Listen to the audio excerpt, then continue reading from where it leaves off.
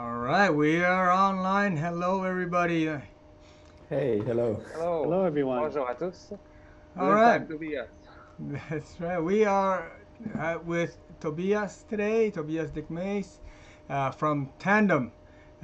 Tobias and LangFest. I think we knew each other when Tobias reached out to us to join us in our at our meeting this summer in August. So LangFest 2018 was Tobias's first time with us in Montreal. So Tobias, welcome. Yes, thanks for having me. Thanks.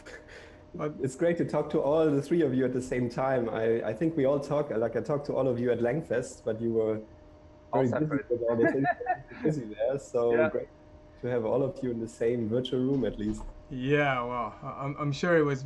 It's always the case with organizers. We're never. running around. Yeah. That's right. We're always Of course, yeah. It's a all over the very place. intense 3-4 days. When did you get to Montreal? Were you here a little bit before the conference? Not that bad. Kicked off on Friday, right? Yeah, it started on Friday. Wednesday, Thursday, there were day trips and things Yeah. that were touristic things that were being done around the city.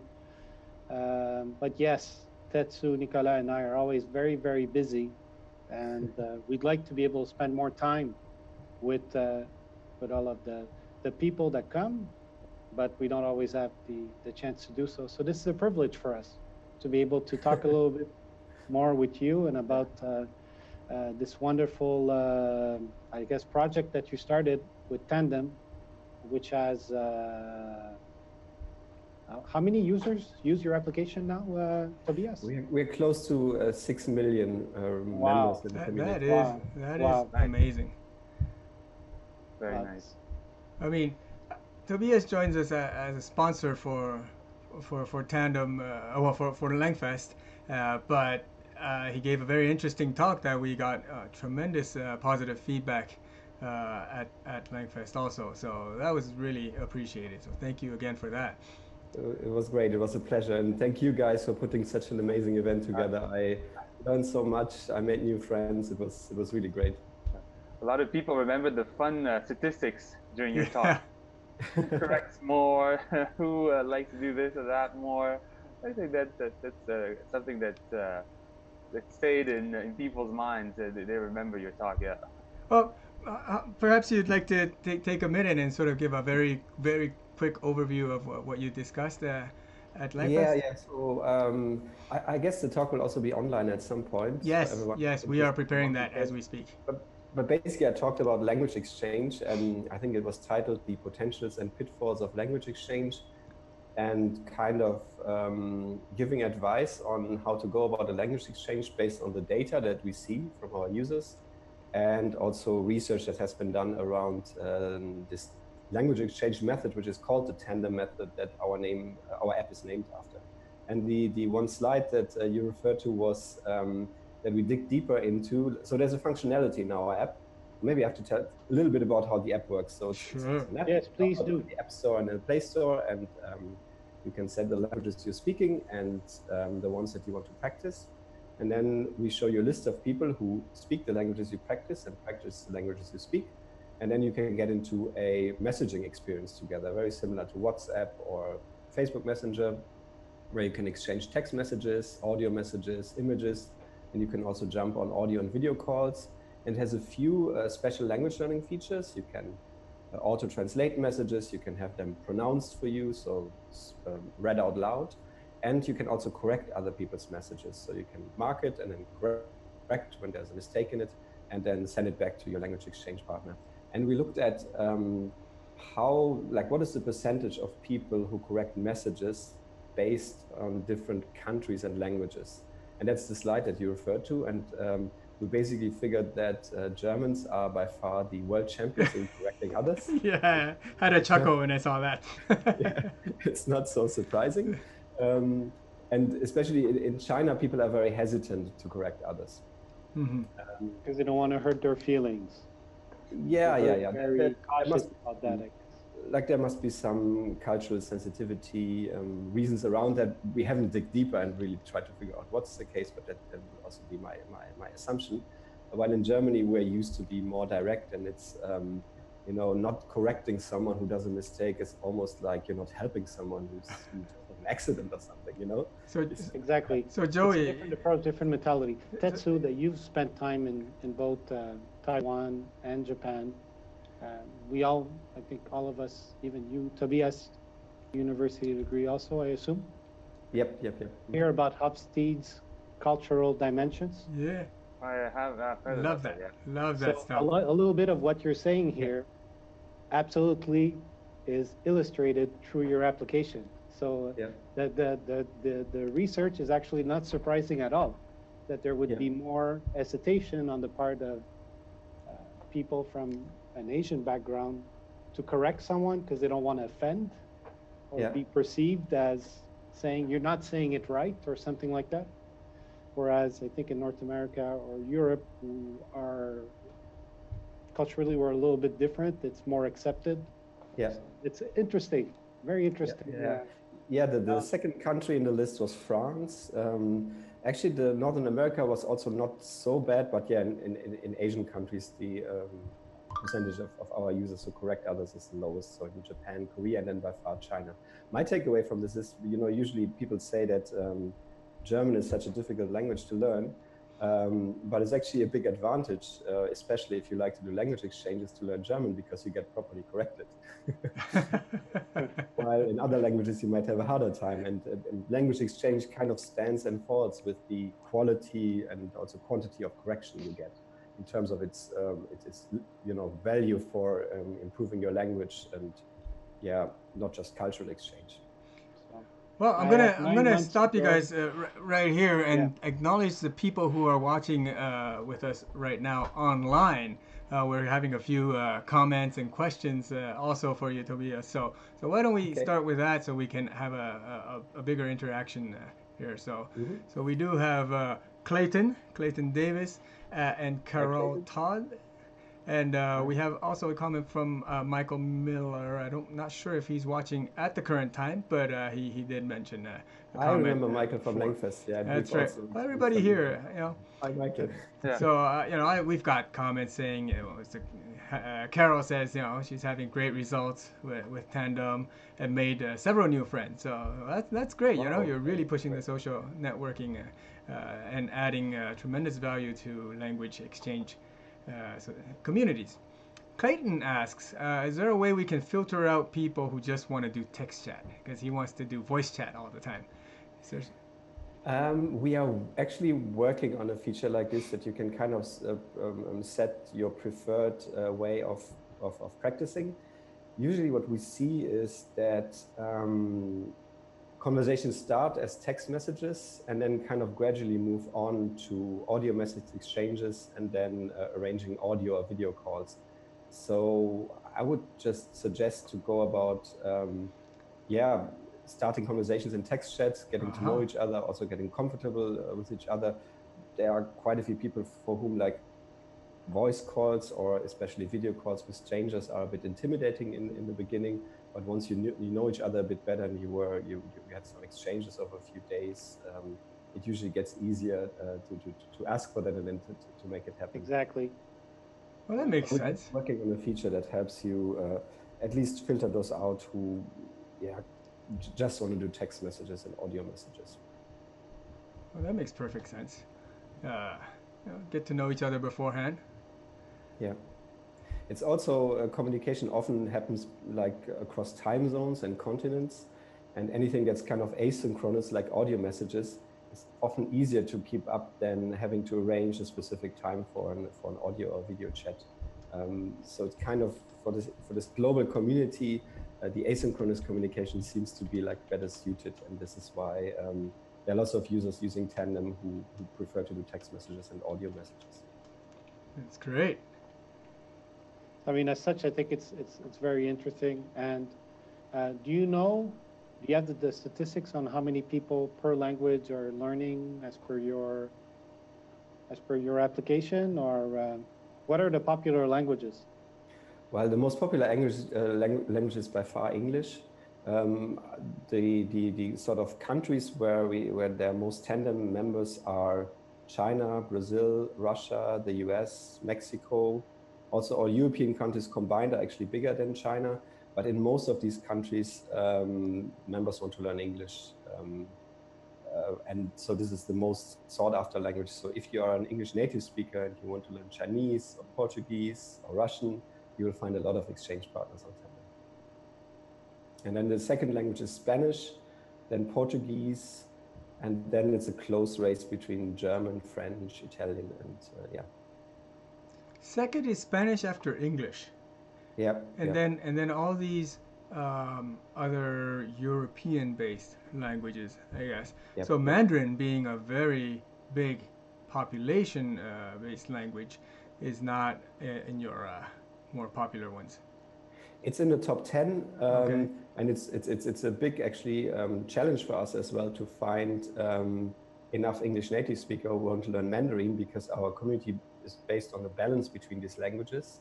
You're supposed to have a language exchange between two native speakers, where you kind of practice each other's native language half of the time in video chats and audio chats, or in text messages. It's not so hard, not so easy to measure it. So yeah, if you're native in Mandarin and you're looking for an English native speaker to practice with, it's currently much harder. So it's something that we try to work on as much as possible to keep this balance. But it's not so easy, because it's simply the reality that there are more Chinese native speakers who want to learn English than the other way around. I guess so.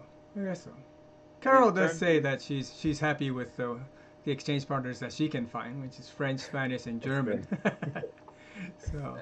And in terms of geography, who's because I mean language is represented, and the languages you want to learn doesn't necessarily exactly represent the origin where your users live. So where do they live? I imagine you know. We have some data on this because there's also a functionality in Tandem that you can share your location, and then we show you members that are living in the same city. It's a paid feature. Just to explain, a lot of functionality on Tandem is free, but we have a few paid features to simply keep the lights on here. And so we have some data on this, and it correlates, of course, with the countries. So China is number one, then Brazil, then Russia, then the US. The biggest city, though, where we have most members is actually Paris, France. Okay. Wow. Well, okay, so let's switch gears. Tell us a little bit about your experience at language conferences. Like LangFest. Did you enjoy your time here in Montreal?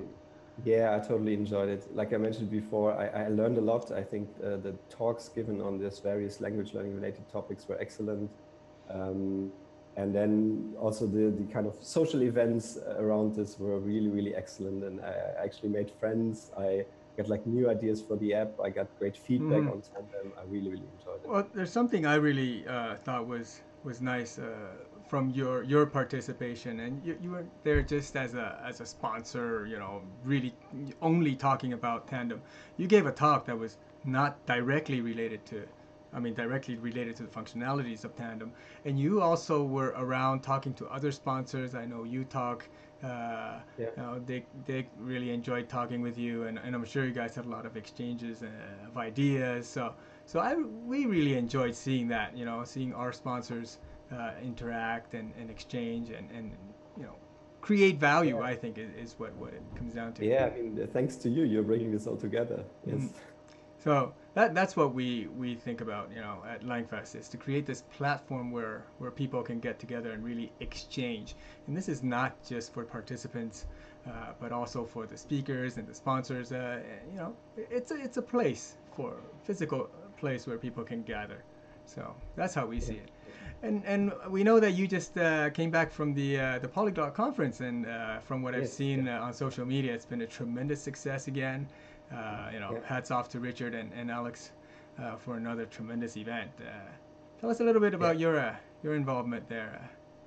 Well, I was a normal participant there. I was there for the first time. Yep. It was in the beautiful city of Ljubljana. Yeah. Would have loved to go. Yeah, we were also pretty lucky with the weather. And yeah, it was very similar to LangFest in terms of the community and the spirit. Everybody's very open. Everybody's like very welcoming, especially for like first timers like me. The talks were also very interesting. There was a special event around, which was called Language Learning Event, where some of the known language learning bloggers and video bloggers were giving like their take on language learning. Right. And yeah, again, I learned a lot and had a really good time. I really love this community. It's amazing. Absolutely. We all do it because it's so much fun, and we're all supporting each other. The three big events, with Polyglot Conference, Polyglot Gathering, and us, the latest arrival. We try to go to each other's events and promote each other's events, and try to distinguish ourselves, I guess, in content or in geography, obviously. But so it is a lot of fun, definitely. Yeah. So, and especially for someone like me who actually doesn't speak so many languages as the people around me, I'm always very happy that I'm still like. Well, I guess we're all baby polyglots, you know. Every time we go to an event, there's like, okay, what do you have? 4, 6? We always have to start with only. Look at people's name tags. That's it. It's like 12 or whatever, and sometimes languages that are very very far linguistic from our own language, so that's more impressive. But all our organizations, we always say the same things to our participants. We don't want people to be intimidated by that. One, just because somebody has 10 or 20 languages on their name tag does not mean that they will look down on you. It's completely the opposite. Everybody knows what kind of hard work it takes to learn languages, and we're all there to support each other. And the second aspect is that there's also that languages and interest in languages is something that's broader than just learning. And we've had many talks that weren't related to language learning per se, but that were related to many other aspects tied to languages. And so even people, they're just interested in the topic. I mean, there's much to talk about around that topic. They can come, and I think a lot of them did, and they had a great time. We had some great speakers, talking about so many different aspects related to languages. Yes. Yep.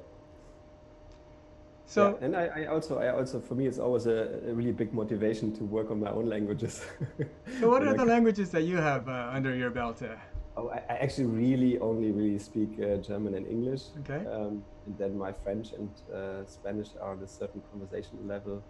And then there are another, 10, 15 languages where I can say hello and thank you. I like to travel a lot, so well, there you go. The least you can do when you get to a new country. But there you go. You have 20 languages or so on your name tag. Lots of people do that. I mean, there's no definition of how much you have to speak before you can put your language on your name tag. So it's a place where people share that passion for languages. So yeah. So far as I'm concerned, I will be learning languages for life. I have 4 or 5 that I speak fairly well, but the rest, forever starting over and looking to practice. And if I get into a situation where I have an opportunity to practice, maybe I'll get a little bit better in one, and then I won't talk again for another 2 years and start over from scratch. Yeah, that's reality. Yeah. But the best thing is using, I guess, being opportunistic and using applications like you have. In reality, you don't have to travel. You just use your phone. Tandem gives you the opportunity to connect with people all around the world. I think it's a very, very, very good tool at bringing people together. Yep. Yeah. That's our intention with this app. Is exactly. It's to create this global community where people help each other out, which enables people who maybe otherwise it would be hard for them to have access to people who speak other languages to really practice it. Because if you want to really speak a language, you have to speak it. Well, there's no way around it. Well, Joey always likes to ask our guests. So what's next? What is in the future of Tandem or I don't know, for yourself personally, Tobias, in your language journey? For Tandem, what's next? I mean, that's a really good question.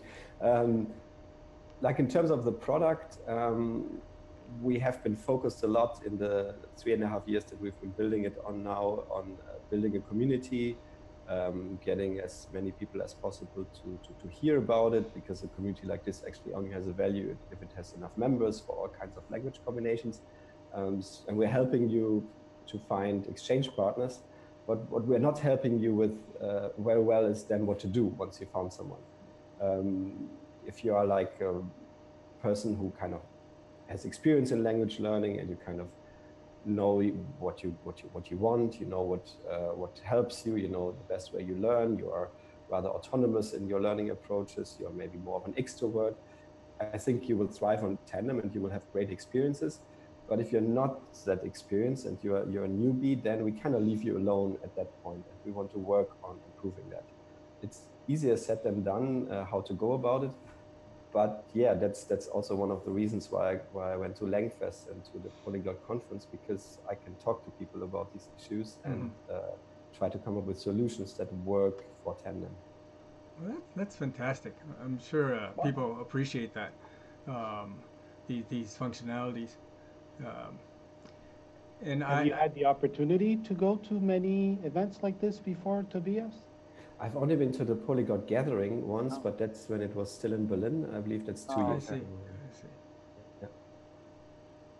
So, because I think for someone like yourself, it's really a chance for you to be with the people that use your application and get their input directly and stuff like that. It was really great for us to have you with us in Montreal. We even made a presentation, which, like Nicolas said, was very pertinent and interesting for everyone, because everybody, I think, it's easy to, like, I just downloaded the application for Tandem now. It's easy to download. What you do, next step, how do you connect with people? How do you keep yourself motivated and things of the sort? This is one of the challenges that everybody has when they're trying to learn a new language. The more opportunities you create to put yourself in a situation where you need to practice or put yourself on the spot so you can talk your target language, I think the better. That's why applications like Tandem, events like the Polyglot Gathering or the Polyglot Conference that just finished, and LangFest in North America are also a key element, I believe, in helping keep people motivated, keeping going in their language learning goals. It brings people together. Something like you said, a lot of people sometimes they learn they want to learn a language, but they're really just them and their phone and maybe a couple of persons that they interact with, but they're missing that connection. And that's one of the things that people, I think, they really appreciate when they come to LangFest or to any event that brings polyglots or language learners together, is the connection that you make. And in reality, I mean, these are connections that stay with you for life, because now you have an exchange partner that you know speaks that language, and the two of you know a little bit of the challenges of it and stuff like that. So it's one of the things that keeps people going. So you went to LangFest, you participated at a Polyglot conference. You have you have any intentions of participating at other events or doing any other things in the future? Well, I will try, of course, to come to LangFest again next year and also do the Polyglot Gathering and the Polyglot Conference. If you have any other tips for events I should attend, you can come in. Well, you will always be welcome at our event. Yes. Yeah, but I totally agree with what you just said. I mean, there are these two parts when you learn a language. One is, of course, the whole didactic part and how you best go about building your vocabulary and all of this, and then there's the motivation part. And for me personally, there's nothing more motivating than language exchange. Also, when you talk about like relevant input content, something that interests you, there's nothing more relevant to me like a personal message in a foreign language that somebody writes to me and that I want to decipher because I know what it means, and then I want to send a reply that's like meaningful. And so on the motivation part, it helps me a lot to do language exchange. when you look at it from a didactic point of view, is what I mentioned earlier, correction plays a big part in it. And that's something that's not always under your control as the one who's learning. But yeah, I see it a bit like when you have the spectrum between didactic approaches and motivation, language exchange falls more in the motivation category. But there, I think, for me, it's the most like powerful one. Well, Better these are always music or anything else that's also fun. I think these are always tremendous tools to keep us well connected virtually while we wait for events that gathers us physically, like LangFest and Polyglot Conference and Polyglot Gathering, etc. But I would like to wrap it up. We are coming up to the end of the 30 minutes. So thank you so much, Tobias, for being with us, and we will be in touch throughout the year, and let's see if we can come up with more magic. Okay? Yes. Great. Awesome. Yeah. Thank you so much. Thank you, Tobias. I echo Tetsu's words. Thank you for coming to Montreal. Thank you for believing in LangFest. And if we can do anything to help support Tandem, we will do so with pleasure. Thank you. Thank you so much. So, Dankeschön. Cheers from Berlin. Thanks. Have a great weekend, everybody. You too. Bye, everyone. Bye. Bye-bye. Bye.